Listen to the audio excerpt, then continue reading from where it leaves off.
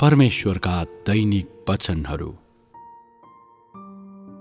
परमेश्वरको कार्यका तीनवटा चरणको प्रारम्भिक कार्य आत्माले नै प्रत्यक्ष रूपमा गर्नुभयो, देहले होइन। तैपनि परमेश्वरको कार्यका तीनवटा चरणको अन्तिम कार्य देहधारी परमेश्वरले गर्नुहुन्छ, प्रत्यक्ष रूपमा आत्माले होइन। बीचको चरणको छुटकाराको काम पनि देहमा हुनुहुने परमेश्वरले नै गर्नुभयो। सम्पूर्ण व्यवस्थापन कार्यभरि सबैभन्दा महत्त्वपूर्ण काम भनेको मानिसलाई शैतानको प्रभावबाट मुक्त गर्नु हो। मुख्य काम भनेको भ्रष्ट मानिसलाई पूर्ण रूपमा विजय गर्नु। यसरी विजय गरिएको मानिसको हृदयमा परमेश्वर प्रतिको मूल भक्तिलाई पुनर्स्थापित गर्नु र मानिसलाई सामान्य जीवन अर्थात् परमेश्वरको सृष्टिको सामान्य जीवन हासिल गर्न दिनु हो। यो काम अत्यन्तै महत्त्वपूर्ण छ र यो व्यवस्थापन कार्यको केन्द्रबिन्दु हो। मुक्तिको कार्यको 3 चरणहरूमा व्यवस्थाको युगको पहिलो चरणको कार्य व्यवस्थापन कार्यको केन्द्रबिन्दुबाट निकै टाढा थियो। यसमा मुक्तिको कार्यको अलिकति स्वरूप मात्रै थियो र यो मानिसलाई शैतानको अधिकार क्षेत्रबाट मुक्त गर्ने परमेश्वरको कार्यको सुरुवात थिएन। कार्यको पहिलो चरण प्रत्यक्ष रूपमा आत्माले नै गर्नुभयो, किनभने व्यवस्थाको अधीनमा व्यवस्थाको पालन गर्ने बारेमा मात्रै मानिसलाई थाहा थियो र मानिससँग त्योभन्दा बढी सत्यता थिएन, किनभने व्यवस्थाको युगको कार्यमा मानिसको स्वभावलाई परिवर्तन गर्ने कार्य मुस्किलले संलग्न थिए। शैतानको अधिकार क्षेत्रबाट मानिसलाई कसरी मुक्त गर्ने भन्ने कार्यसँग यो सम्बन्धित हुने कुरा त परै जाओस्। यसरी परमेश्वरका आत्माले कार्यको यो अत्यन्तै सरल चरणलाई पूरा गर्नुभयो, जसले मानिसको भ्रष्ट स्वभावसँग कुनै सम्बन्ध राखेन। कार्यको यो चरणले व्यवस्थापनको केन्द्रबिन्दुसँग त्यति सम्बन्ध राखेन र मानिसको मुक्तिको आधिकारिक कार्यसँग यसको त्यति धेरै परस्पर सम्बन्ध थिएन। त्यसकारण व्यक्तिगत रूपमा आफ्नो काम गर्नको लागि परमेश्वर देह बन्न आवश्यक तुल्याएन। आत्माले गर्नुभएको काम अन्तर्निहित र बुझ्न नसकिनेछ र यो मानिसको लागि गहन रूपमा डरलाग्दो र उसको पहुँचले नभ्याउनेछ। मुक्तिको काम प्रत्यक्ष रूपमा गर्नको लागि आत्मा उपयुक्त हुनुहुन्न र उहाँ मानिसलाई प्रत्यक्ष रूपमा जीवन दिन उपयुक्त हुनुहुन्न। मानिसको लागि सबैभन्दा उपयुक्त भनेको आत्माको कामलाई मानिसको नजिकको पहुँचमा रूपान्तरण गर्नु हो। भन्नुको अर्थ आफ्नो काम गर्नको लागि परमेश्वर सामान्य सर्वसाधारण व्यक्ति बन्नु नै मानिसको लागि सबैभन्दा उपयुक्त हो।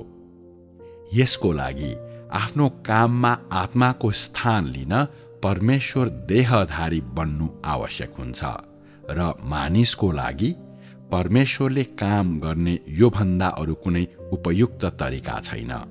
कार्यका यी 3वटा चरणहरूमध्ये 2 चरणलाई देहले अघि बढाउनुहुन्छ र यी 2 चरणहरू व्यवस्थापन कार्यका मुख्य अवस्थाहरू हुन्। 2 देह धारणहरू पारस्परिक रूपमा परिपूरक छन् र तिनीहरूले एक अर्कालाई सिद्ध रूपमा परिपूर्ण गर्छन्। परमेश्वरको देह धारणको पहिलो चरणले दोस्रो चरणको लागि जग बसाल्यो र परमेश्वरका 2 देह धारणहरूले एउटै पूर्णतालाई निर्माण गर्छन् र तिनीहरू एक अर्कासँग परस्पर विरोधी छैनन् भनेर भन्न सकिन्छ। परमेश्वरको कार्यका यी 2 चरणहरूलाई परमेश्वरले आफ्नो देहधारी पहिचानमा अघि बढाउनुहुन्छ, किनभने सम्पूर्ण व्यवस्थापन कार्यको लागि ती अत्यन्तै महत्त्वपूर्ण छन्। केसम्म भन्न सकिन्छ भने परमेश्वरका 2 देह धारणहरूको कार्य बिना सम्पूर्ण व्यवस्थापन कार्य रोकिने थियो र मानव जातिलाई मुक्त गर्ने कार्य बकमफुसे गफ बाहेक केही पनि हुने थिएन।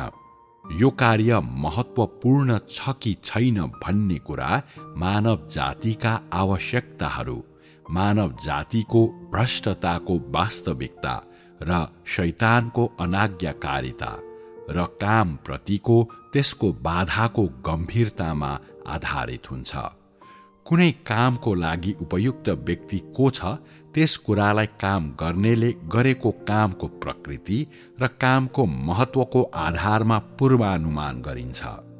जब यो कामको महत्त्वको कुरा आउँछ, कार्यको कुन विधि अपनाउने हो त्यसको आधारमा परमेश्वरका आत्माले प्रत्यक्ष रूपमा गर्नुभएको काम वा देहधारी परमेश्वरले गर्नुभएको काम वा मानिसद्वारा गरिने काम, सुरुमा हटाइने भनेको मानिसद्वारा गरिने कार्य हो र कामको प्रकृति र देहको कामको विरुद्धमा आत्माको कामको प्रकृतिको तुलनाको आधारमा मानिसको लागि आत्माले प्रत्यक्ष रूपमा गर्नुहुने काम भन्दा देहले गर्ने काम नै लाभदायक छ र यसले अझै बढी फाइदाहरू प्रदान गर्छ भन्ने नै अन्तिम निर्णय हो। यो काम आत्माद्वारा गर्ने कि देहद्वारा गर्ने भन्ने बारेमा निर्णय गर्ने समयमा परमेश्वरले यही विचार गर्नुभयो। कार्यको हरेक चरणको महत्त्व र आधार छ।